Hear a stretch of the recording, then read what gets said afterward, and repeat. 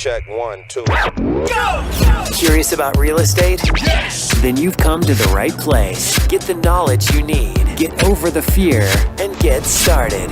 This is the Michael Quarles Real Estate Show with your host, Michael Quarles.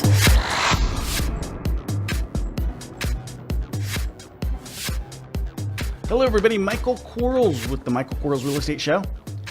Today is Tuesday, and we have podcast 220.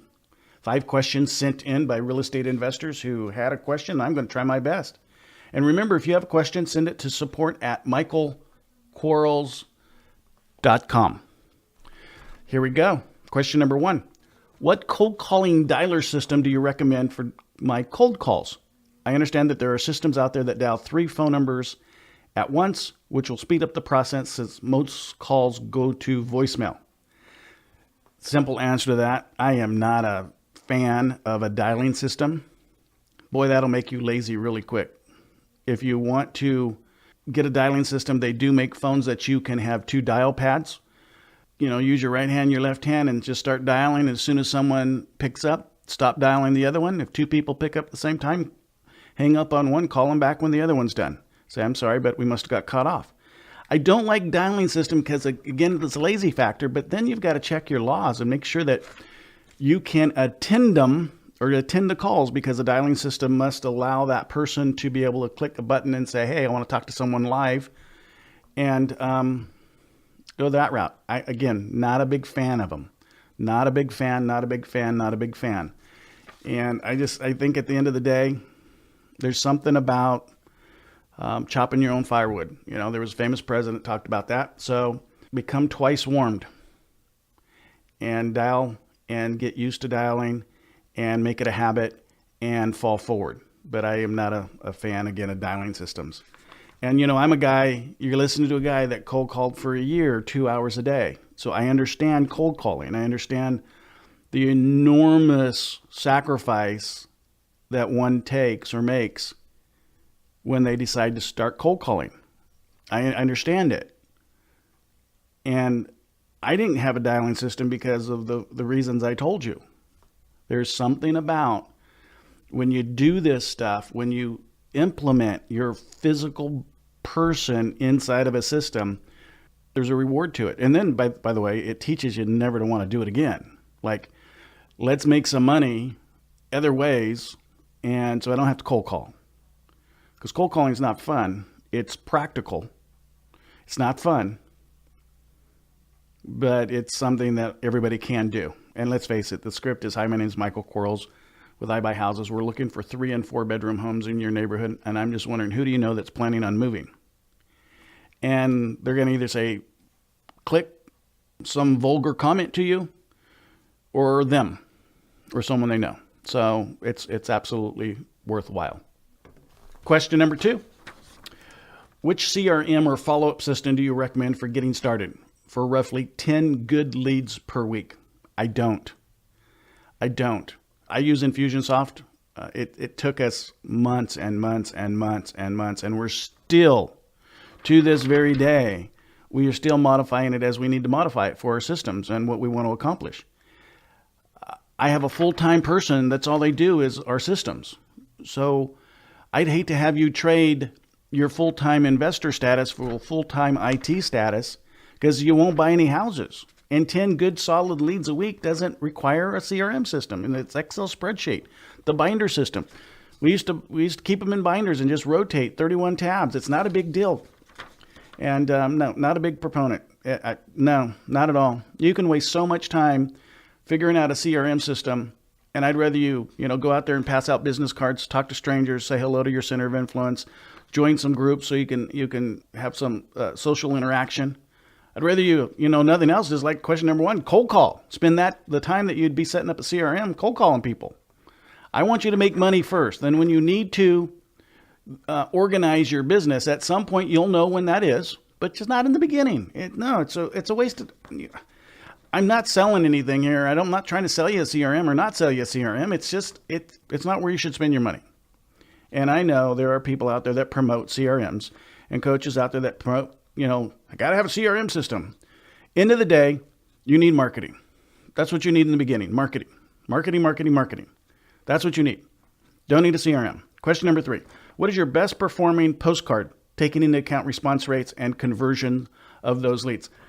It's called the Michael postcard at Yellow Letters. Man, this thing is so cool.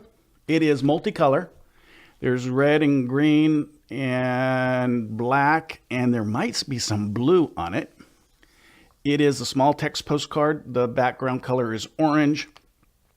It has handwriting on it. It has typed font on it. It has all kinds of things that are just gooey and good, and it performs great. So I like my postcard. I really like my postcard. I like it. It's just not available to anybody but my coaching students. So yeah, if you want my postcard, you got to become a coaching student. It's only like $247 a month or $11.97 for 6 months, one-time fee. So it's not like it's a big deal. And then you get to learn real estate investing and then all the tools that you need to go along with that. So best performing postcard, text postcard, two-sided, multicolor. It's not a pictorial, it's text. And the text is handwritten and typed font and all kinds of good stuff. Thanks for listening. We'll be right back. Are you running out of leads? It's time you tried Yellow Letters at yellowletters.com. Get motivated seller leads through Yellow Letters, postcards, zip letters, typed professional letters, greeting cards, door hangers, and business cards. Yellow Letters is a full-service marketing company created with your success in mind. Get the personal attention you need to get your direct mail campaign started and get in touch at yellowletters.com. And we are back in 3, 2, 1. Question number 4. In your podcast 25, you answer a question regarding the analyzing a market by searching specific criteria in each zip code for within a 100-mile radius. You also mentioned that you plug your finders into an algorithm. Can you share with me that algorithm or what that algorithm is and determine factors that you use before marketing into that area? I can. However, it wouldn't be fair to my coaching students. They all get that marketing algorithm, and that's one of the things we do. I think it's like right in the beginning. It's like the most important thing you do is run your market and figure out where you should be marketing in your market. Because if you're going to spend some money on marketing, you want to make sure that you spend the money wisely instead of just throwing it out there. And what you know, it may be 100%. You may be spot on.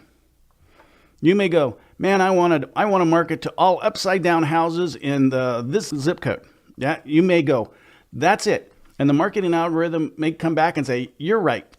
But most of the time it'll say you're wrong. And it's going to give you a bird's eye view. And it's going to give you some things that you need to know. Not just where you should send your marketing, but why you should send your marketing there. What are the components to that decision?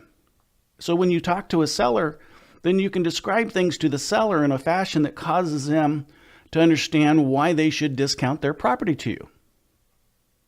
I mean, there's some powerful data feeds or data that's coming back to us through that algorithm.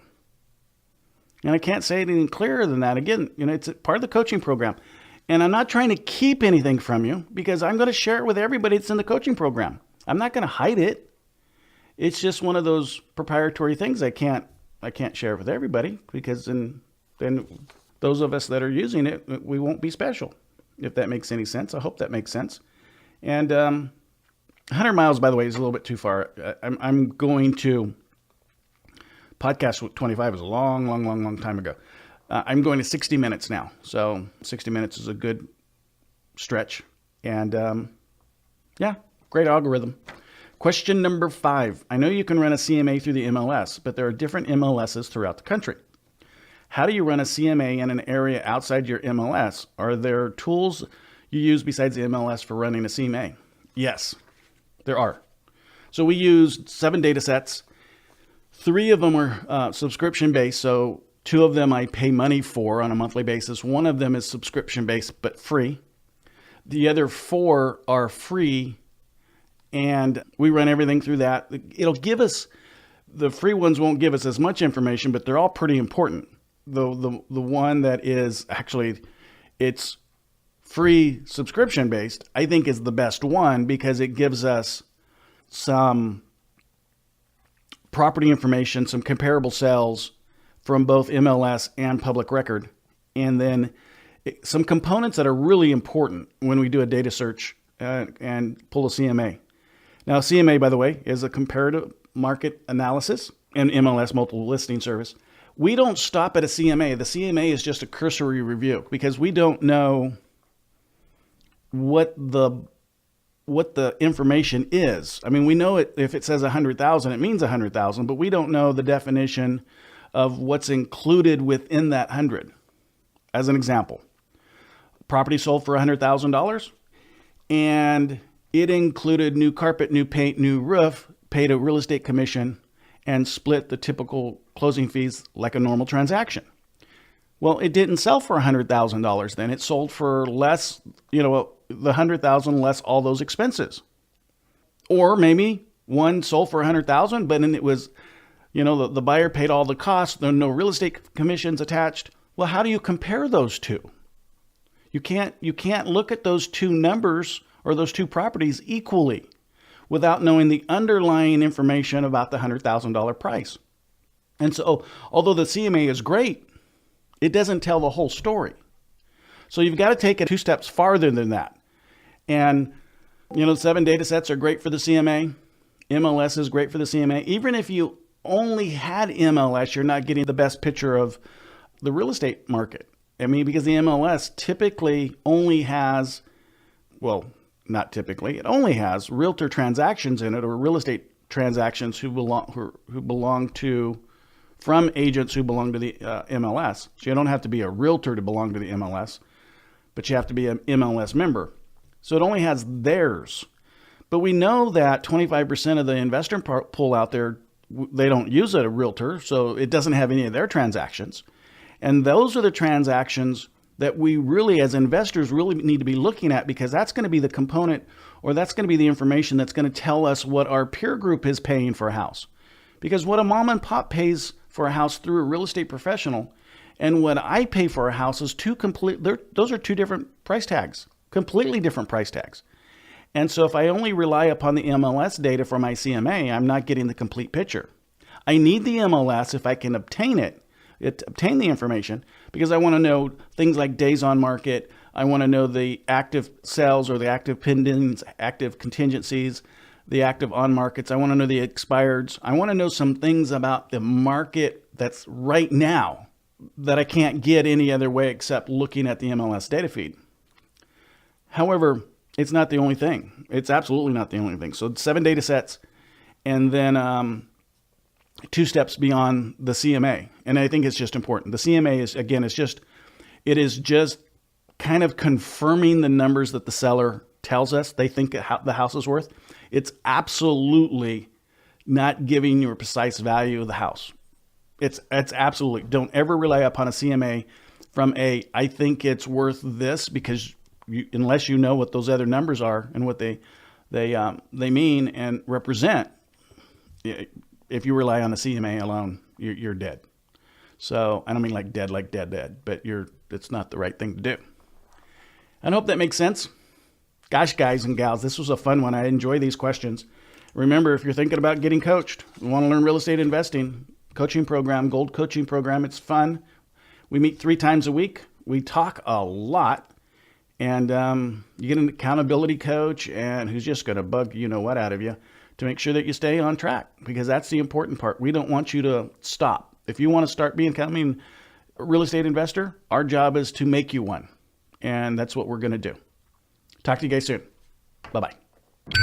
Thanks for listening to the Michael Quarles Real Estate Show. Get more info and stay in touch at michaelquarles.com.